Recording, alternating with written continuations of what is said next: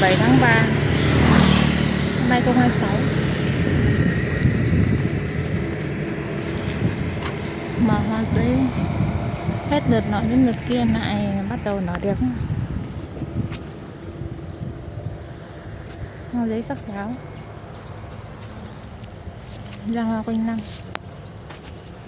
rực rỡ luôn.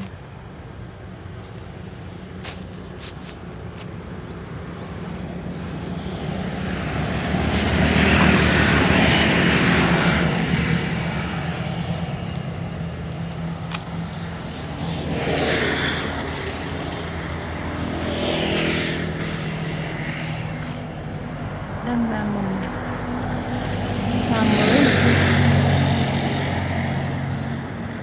hoa bền đẹp,